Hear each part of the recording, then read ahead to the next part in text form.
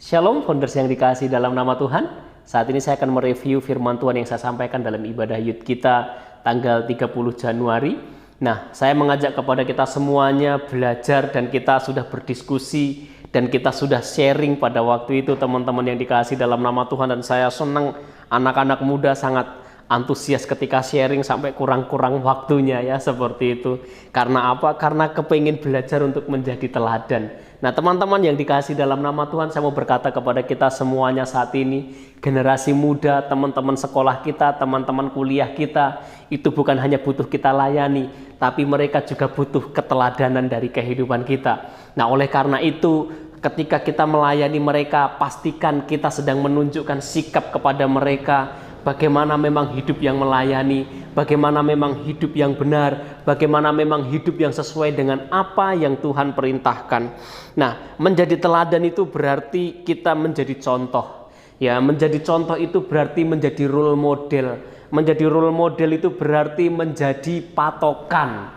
Ya, kalau kita sekolah biasanya sebelum ada soal-soal yang disuruh ngerjakan sama guru kita, biasanya kita dikasih contoh terlebih dahulu. Nah, ketika kita mengalami kebingungan, maka apa yang kita lakukan? Kita akan kembali membuka contoh yang sudah diajarkan. Bagaimana kita menyelesaikan soal-soal itu agar semua kesulitan-kesulitan yang dihadapi itu bisa terselesaikan. Nah, mungkin teman-teman yang dikasih dalam nama Tuhan, ketika kita mengajar teman-teman kita, ketika kita sharing kepada teman-teman kita tentang hidup yang benar, mereka sudah berkomitmen untuk hidup benar. Namun sayangnya mereka tidak punya contoh. Mereka tidak punya role model bagaimana hidup yang benar itu.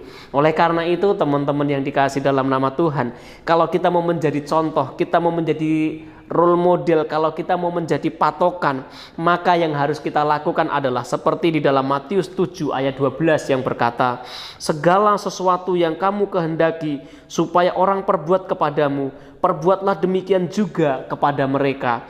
Itulah isi seluruh hukum Taurat dan kitab para nabi.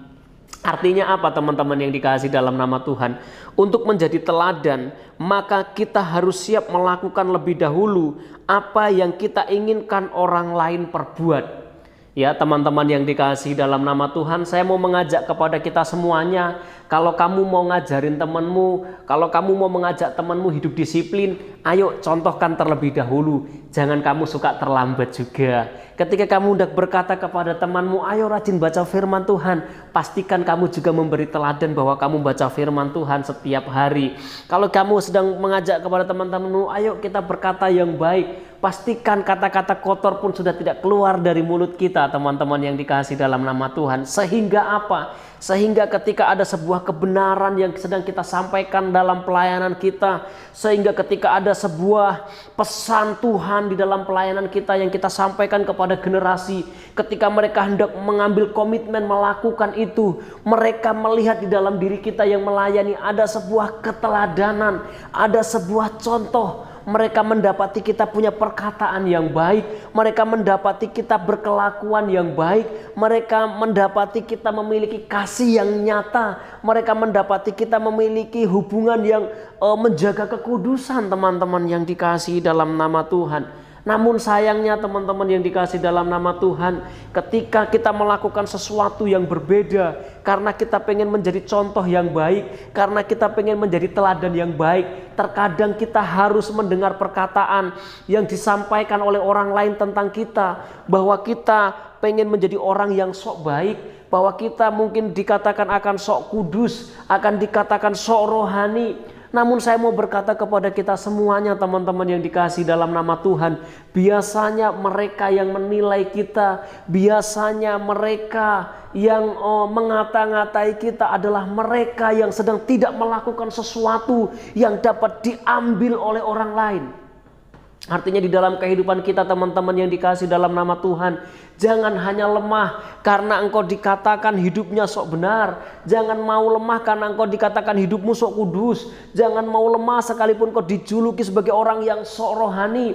Karena apa teman-teman yang dikasih dalam nama Tuhan? Kita harus menjadi teladan. Bagaimana kalau kita mau berkata tentang kekudusan, kita memang harus hidup kudus. Kalau kita mau berkata tentang hidup yang baik, kita memang harus hidup yang baik. Kalau kita mau mengajak kepada orang untuk hidup di dalam kerohanian, kita memang harus hidup lebih rohani terlebih dahulu. Karena apa? Supaya kita bisa menjadi teladan bagi orang yang mendengar dan melihat kehidupan kita. Nah, itu sharing saya teman-teman yang dikasih dalam nama Tuhan. Saya mau mengajak kepada kita semua saat ini merenungkan apa yang menjadi topik perenungan kami. Yang pertama saat ini teman-teman yang dikasih dalam nama Tuhan, sadar bahwa kalian ditentukan untuk menjadi teladan. Saat ini sadarkah kamu teman-teman yang dikasih dalam nama Tuhan bahwa kamu ditentukan untuk menjadi teladan?